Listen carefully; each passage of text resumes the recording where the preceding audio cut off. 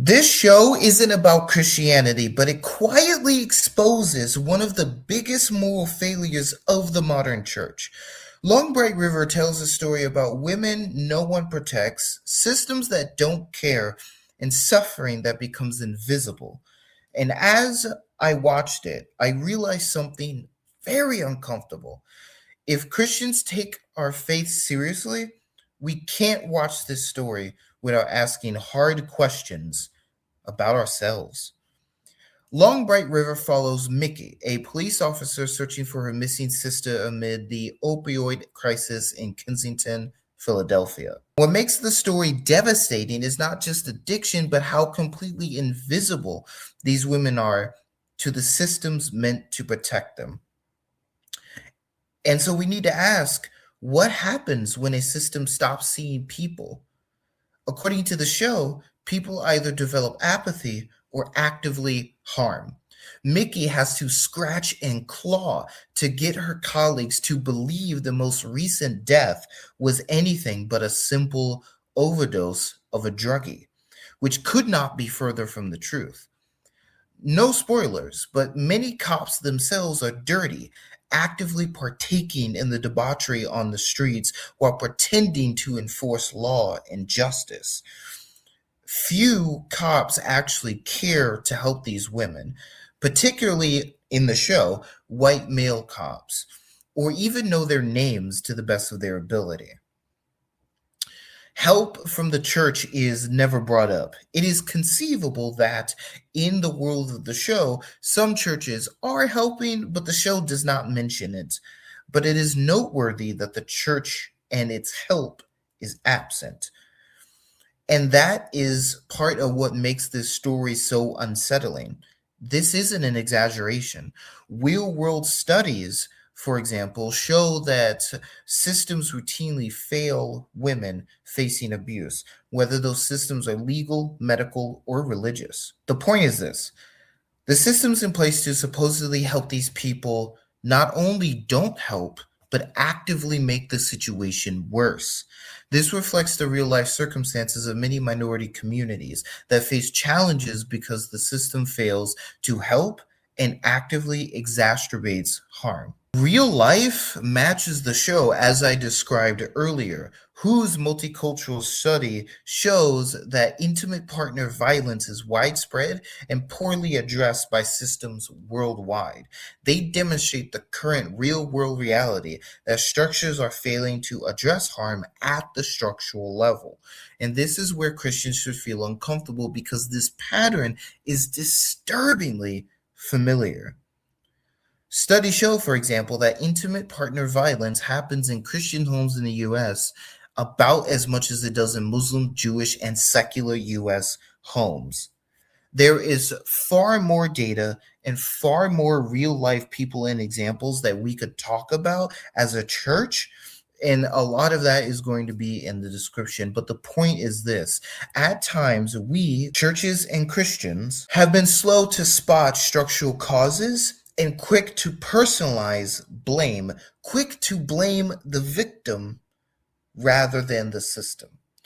And that pattern is what this show exposes. If Christianity has anything meaningful to say in a world like this, it has to be more than personal morality and individual charity.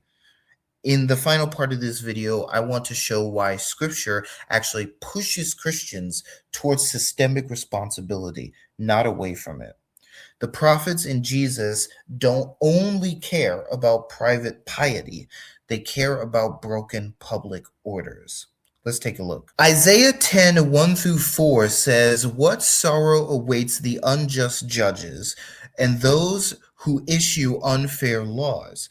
They deprive the poor of justice and deny the rights of the needy among my people. They prey on widows and take advantage of orphans. What will you do when I punish you, when I send disaster upon you from a distant land? To whom will you turn for help? Where will your treasures be safe? You will stumble along as prisoners or lie among the dead. But even then, the Lord's anger will not be satisfied. His fist is still poised to strike." In context, this passage reflects God's anger and charges against Israel. You can see chapter 9, verses 8 through 21 for that context. The scholarly footnote in the New English translation on chapter 1, verse 23 provides background context to this critique.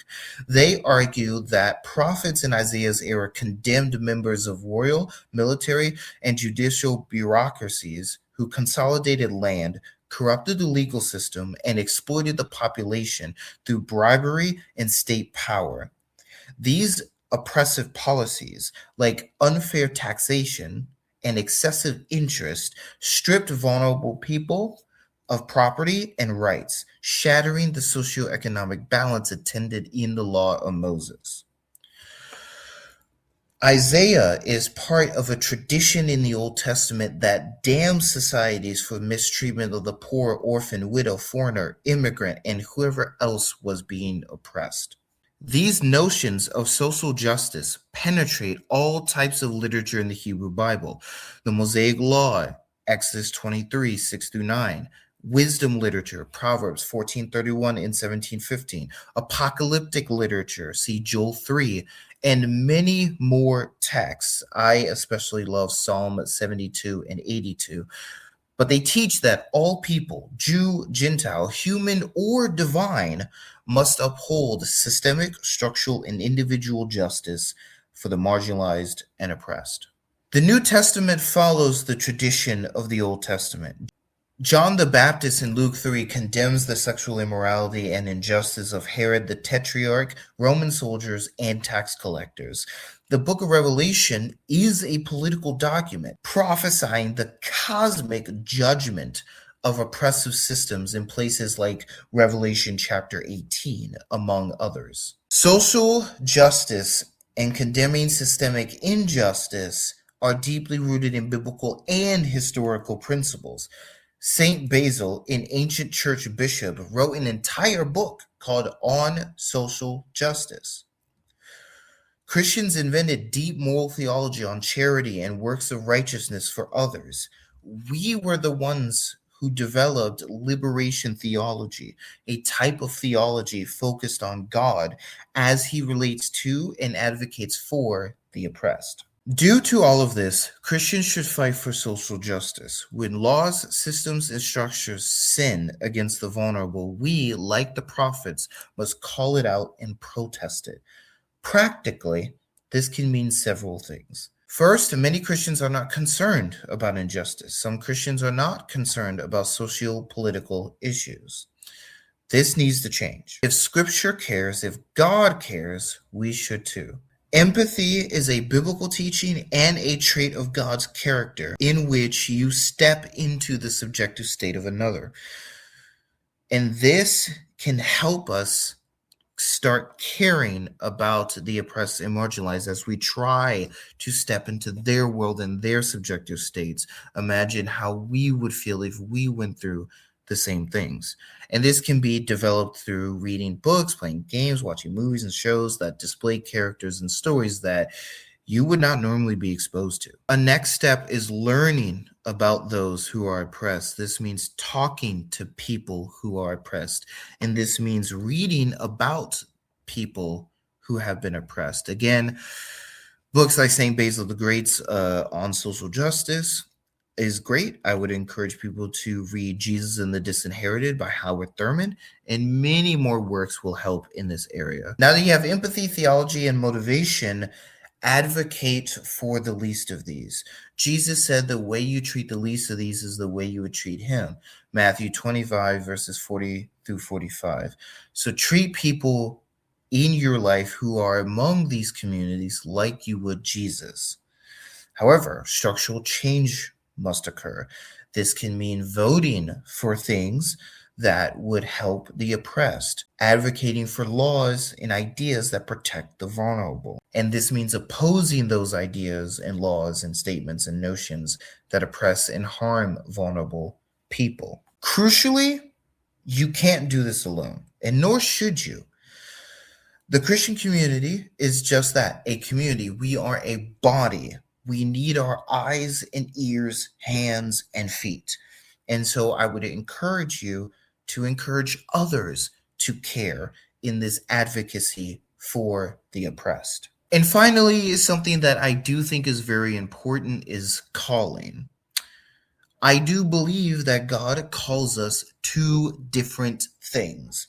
And so, what advocacy might look like for one person is going to be different for a different person. You might be called to advocate for children in some way who are being hurt. Meanwhile, someone else is called to advocate a certain minority or ethnicity. Regardless, I believe it is part of the mission of Christians, part of the mission of the church to care. And if you're in a position where advocacy would look a lot different or a lot more difficult for you, scripture teaches us to pray for political authorities and to fast in political conflict. And so if you can pray, if you can fast, then you can advocate for the oppressed. Thank you so much for watching this video. I hope you enjoy these videos. I really enjoy taking non-Christian media and applying it to Christians.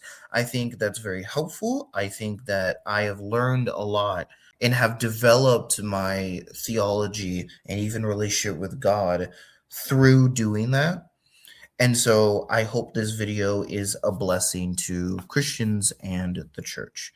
Make sure you subscribe and comment to get the discussion going. Let me know your thoughts. I am very curious what people think about this video. Click the bell to be alerted when a new video drops. And I also want to announce that I will be making Black History Month content. I will keep everyone updated on the schedule and how that's going to look for long form content.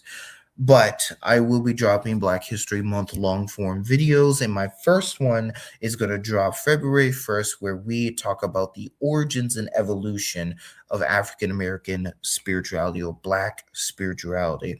So I'd encourage people to go check that out. Let me know your thoughts in the comments and subscribe for more. God bless.